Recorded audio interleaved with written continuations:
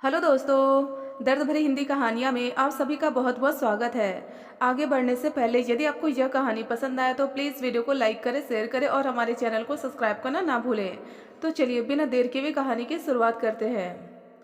उस समय निशा की जेठानी सरिता ने अपने पति रमेश के साथ जबरदस्त झगड़ा किया। उनके बीच गाली गलौज भी हुई। तुम कल्पना के साथ अपने संबंध फौरन तोड़ लो, नहीं तो मैं अपनी जान दे दूंगी या तुम्हारा खून कर दूंगी। सरिता की इस धमकी को घर के सभी सदस्यों ने बार बार सुना। निशा को इस घर में दुल्हन बनकर आए अभी 3 महीने हुए थे। ऐसे हंगामों से घबराकर वह कांपने लगी। उसके पति संदीप और सास ससुर ने रमेश व सरिता का झगड़ा खत्म कराने का बहुत प्रयास किया, पर वे असफल रहे। मुझे इस गलत इंसान के साथ बांधने के तुम सभी दोषी हो। सरिता ने उन तीनों को भी झगड़े में लपेटा। जब इनकी जिंदगी में वह चुड़ैल मौजूद थी तो मुझे ब्याह कर क्यों लाए, क्यों अंधेरे में रखा मुझे और मेरे घर वालों को। अपनी मौत के लिए मैं तुम सबको भी जिम्मेदार ठहराऊंगी। यह कान खोलकर सुन लो।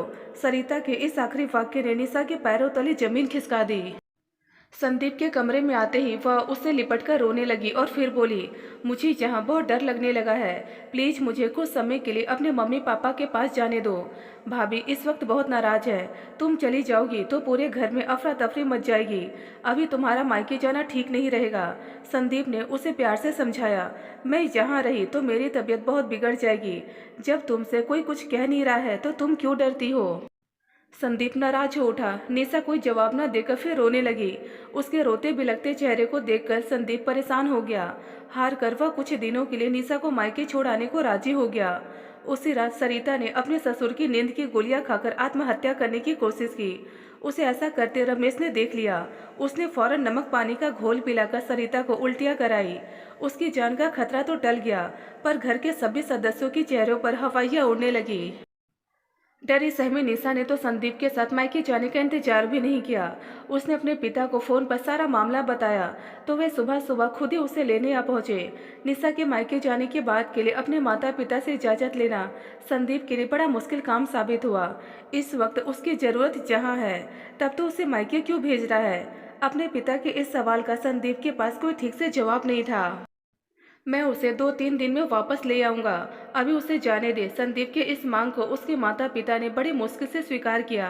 निशा को विदा करते वक्त संदीप तनाव में था, लेकिन उसकी भावनाओं की फिक्र न निशा ने की न ही उसके पिता ने।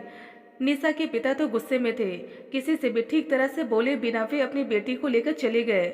उनके मनोभाव का पता संदीप को 3 दिन बाद चला, जब वह निशा को वापस लाने के लिए अपने ससुराल पहुंचा।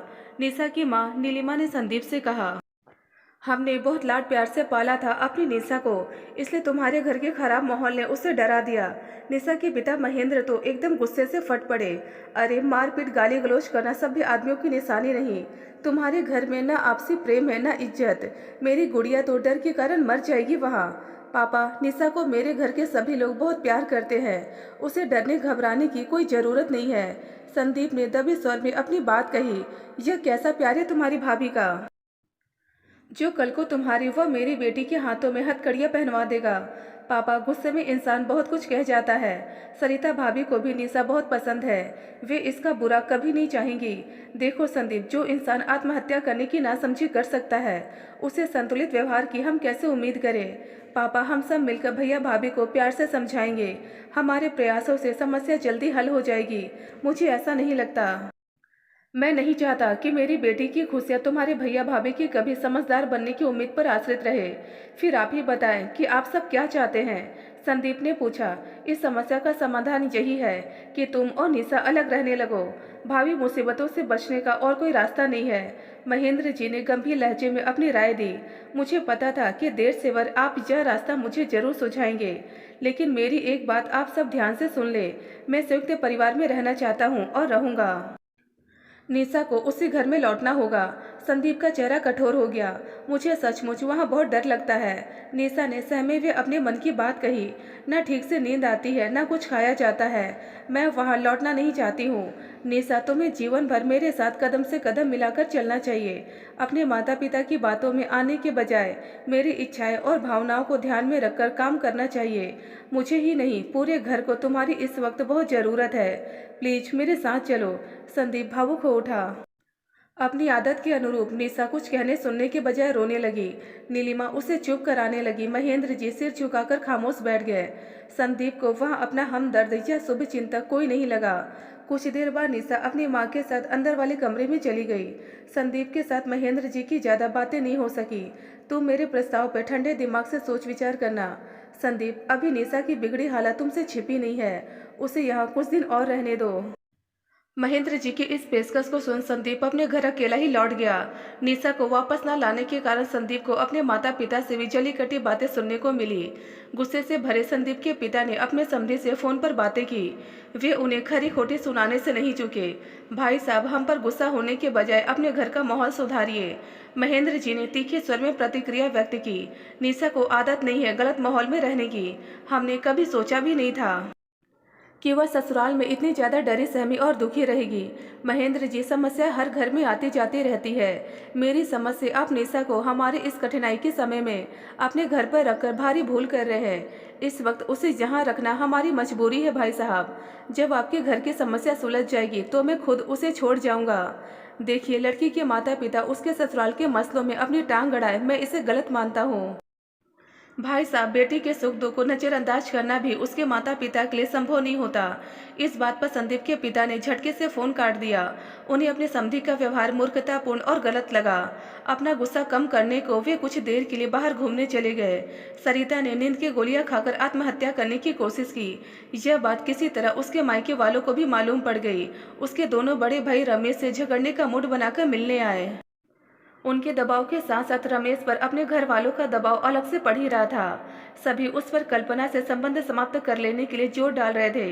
कल्पना उसके साथ काम करने वाली शादीशुदा महिला थी। उसका पति सऊदी अरब में नौकरी करता था। अपने पति की अनुपस्थिति में उसने रमेश को अपने प्रेम जाल में उलझा रखा था। सब लोगों के दबाव से बचने के लिए रमेश ने झूठ का सहारा लिया। उसने कल्पना को अपनी प्रेमिका नहीं बल्कि सिर्फ अच्छा दोस्त बताया। सरिता का दिमाग खराब हो गया है। कल्पना को लेकर इसका शक बेबुनियाद है। मैं किसी भी औरत से हंस बोल लूं तो यह किलस जाती है।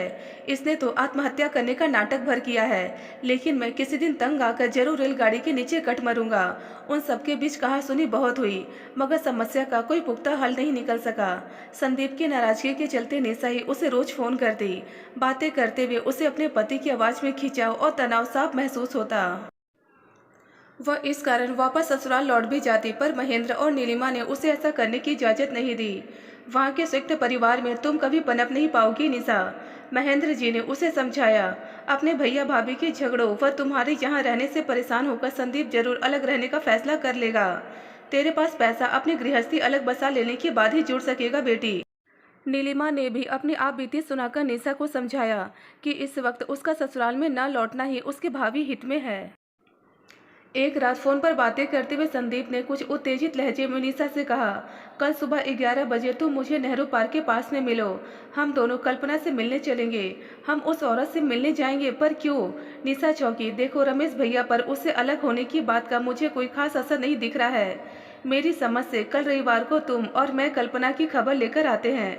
उसे डरा धमकाकर, समाज में बेइज्जती का डर दिखाकर, उसके पति को उसकी चरित्रहीनता की जानकारी देने का भय दिखाकर हम जरूर उसे भैया से दूर करने में सफल रहेंगे। संदीप की बातों से निशा का दिल जोर से धड़कने लगा। मेरे मुंह से तो वहाँ एक शब्द भी नहीं निकलेगा। उस स्थिति की कल्पना करके मेरी जान निकली जा रही है। निशा की आवाज में कंपन था। तुम बस मेरे साथ रहना, वहाँ बोलना कुछ नहीं पड़ेगा तुम्हें। मुझे सचमुच लड़ना झगड़ना नहीं आता है। वह सब तुम मुझ पर छोड़ दो। किसी औरत से उलझने के समय पुरुष के साथ एक औरत का होना सही रहता है। ठीक है, मैं आ जाऊंगी। निशा का यह जवाब सुनकर संदीप खुश हुआ और पहली बार उसने अपनी पत्नी से कुछ देर अच्छे मूड में बातें की। बाद में जब निशा ने अपने माता पिता को सारी बातें बताई तो उन्होंने फौरन इसके झंझट में पड़ने का विरोध किया। कल्पना जैसे गिरे चरित्र वाली औरतों से उलझना ठीक नहीं बेटी, नीलिमा ने उसे घबराए अंदाज में समझाया। उनके संगी साथी भले लोग नहीं होते। संदीप, या तुम पर उसने कोई झूठा आरोप लगाकर पुलिस बुला ली तो क्या होगा? निशा, तुम्हें संदीप के भैया भाभी की समस्या में फंसने की जरूरत ही क्या है? तुम्हारे संस्कार अलग तरह के हैं। देखो कैसे ठंडे पड़ गए तुम्हारे हाथ, चेहरे का रंग उड़ गया है। तुम कल नहीं जाओगी। महेंद्र जी ने सख्ती से अपना फैसला निशा को सुना दिया। पापा, संदीप को मेरा न जाना बुरा लगेगा। निशा रोमांसी हो गई। उससे मैं कल सुबह बात कर लूंगा। लेकिन अपनी तबीयत खराब करके तुम किसी का भला करने की मूर्खता नहीं करोगी। निशा रात भर तनाव की वजह से सो नहीं पाई। सुबह उसे 2 बार उल्टियाँ भी हो गई। ब्लड प्रेशर गिर जाने की वजह से चक्कर भी आने लगे। वह इस कदर निढाल हो गई कि 4 कदम चलना उसके लिए मुश्किल हो गया। वह तब चाहकर भी संदीप के साथ कल्पना से मिलने नहीं जा सकती थी। महेंद्र जी ने सुबह फ़ोन करके निशा की बिगड़ी तबीयत की जानकारी संदीप को दे दी। संदीप को उनके कहे पर विश्वास नहीं हुआ। उसने रूखे लहजे में उनसे इतना ही कहा, जरा सी समस्या का सामना करने पर जिस लड़की के हाथ पैर फूल जाए और जो मुकाबला करने के बजाय भाग खड़ा होना बेहतर समझे, मेरे ख्याल से उसकी शादी उसके माता पिता को नहीं करनी चाहिए। महेंद्र जी कुछ तीखी प्रतिक्रिया व्यक्त करना जरूर चाहते थे, पर उन्हें शब्द नहीं मिले। वे कुछ और कह पाते उससे पहले संदीप ने फ़ोन काट दिया। उस दिन के बाद से संदीप और निशा के संबंधों में दरार पड़ गई। फोन पर भी दोनों अजनबियों की तरह ही बातें करते रहे। संदीप ने फिर कई दिनों तक जब निशा से लौट आने का जिक्र ही नहीं छेड़ा तो वह उसके माता पिता बेचैन हो गए। हार कर निशा ने इस विषय पर एक रात फोन पर चर्चा छेड़ी। निशा, अभी भैया भाभी की समस्या हल नहीं हुई है। तुम्हारे लौटने के अनुरूप माहौल अभी जहाँ तैयार नहीं है। ऐसा रूखा सा जवाब देकर संदीप ने फोन काट दिया। विवाहित बेटी का घर में बैठना किसी भी माता पिता के लिए चिंता का विषय बन ही जाता है। बीतते वक्त के साथ नीलिमा और महेंद्र जी की परेशानियां बढ़ने लगी। उन्हें इस बात की जानकारी देने वाला भी कोई नहीं था कि वास्तव में निशा के ससुराल में माहौल किस तरह चल रहा है। समय के साथ परिस्थितियां बदलती है। सरिता और रमेश की समस्या का भी अंत हो ही गया। इसमें संदीप ने सबसे ज़्यादा महत्वपूर्ण भूमिका निभाई। अपने एक दोस्त और उसकी पत्नी के साथ जाकर वह कल्पना से मिला। फिर उसके पति से टेलीफोन पर बात करके उसे भी कल्पना के प्रति भड़का दिया। संदीप की धमकियों व पति के आक्रोश से डरकर कल्पना ने नौकरी छोड़ दी। प्रेम का भूत उसके सिर से ऐसा उतरा कि उसे रमेश की शक्ल देखना भी गवारा न रहा। कुछ दिनों तक रमेश घर में मुंह फुलाए रहा, पर बाद में उसके स्वभाव में परिवर्तन आ ही गया। अपनी पत्नी के साथ रहकर ही उसे सुख शांति मिलेगी, यह बात उसे समझ में अंततः आ ही गई। सरिता ने अपने देवर को दिल से धन्यवाद कहा। निशा से चल रही अनबन की उसे जानकारी थी। उन दोनों को वापस जोड़ने की जिम्मेदारी उसने अपने कंधों पर ले ली। सरिता के जोर देने पर रमेश शादी की सालगिरह मनाने के लिए राजी हो गया। सरिता अपने पति के साथ जाकर निशा व उसके माता पिता को भी पार्टी में आने का निमंत्रण दे आई। उस दिन काम बहुत होगा। मुझे तैयार करने की जिम्मेदारी भी तुम्हारी होगी निशा। तुम जितनी जल्दी घर आ जाओगे उतना ही अच्छा रहेगा। भावुक लहजे में अपनी बात कहकर सरिता ने निशा को गले से लगा लिया। निशा ने अपनी जेठानी को आश्वासन दिया कि वह जल्द ही ससुराल पहुंच जाएगी। उसी शाम उसने फ़ोन करके संदीप को वापस लौटने की अपनी इच्छा जताई। मैं नहीं आऊँगा तुम्हें लेने, जो तुम्हें लेकर गए थे उन्हीं के साथ तुम वापस आ जाओ। संदीप का यह रूखा सा जवाब सुनकर निशा के आंसू बहने लगे। महेंद्र जी नीलिमा व निशा के साथ पार्टी के दिन संदीप के यहाँ पहुँचे। उनके बुरे व्यवहार के कारण संदीप व उसके माता पिता ने उनका स्वागत बड़े रूखे अंदाज में किया। ससुराल के जाने पहचाने घर में निशा ने खुद को दूर के मेहमान जैसा अनुभव किया। मुख्य मेजबानों में से एक होने के बजाय उसने अपने आप को सबसे कटा कटा से महसूस किया। सरिता ने निशा को गले लगाकर जब कुछ समय जल्दी न आने की शिकायत की तो निशा की आंखों में आंसू भर आए। मुझे माफ़ कर दो भाभी। सरिता के गले लगकर निशा ने रुंधे स्वर में कहा, मेरी मजबूरी को आपके अलावा कोई दूसरा शायद नहीं समझे। माता पिता की सह पर अपने पति के परिवार से मुसीबत के समय दूर भाग जाना मेरी बड़ी भूल थी। मुझ कायर के लिए आज किसी की नज़रों में इज्जत व प्यार नहीं है। अपने माता पिता पर मुझे गुस्सा है और अपने डरपोक व बचकाने व्यवहार के लिए बड़ी शर्मिंदगी महसूस हो रही है। तुम रोना बंद करो निशा। सरिता ने प्यार से उसकी पीठ थपथपाई। देखो, पहले के संयुक्त परिवार में पली लड़कियों का जीवन की विभिन्न समस्याओं से अक्सर परिचय हो जाता है।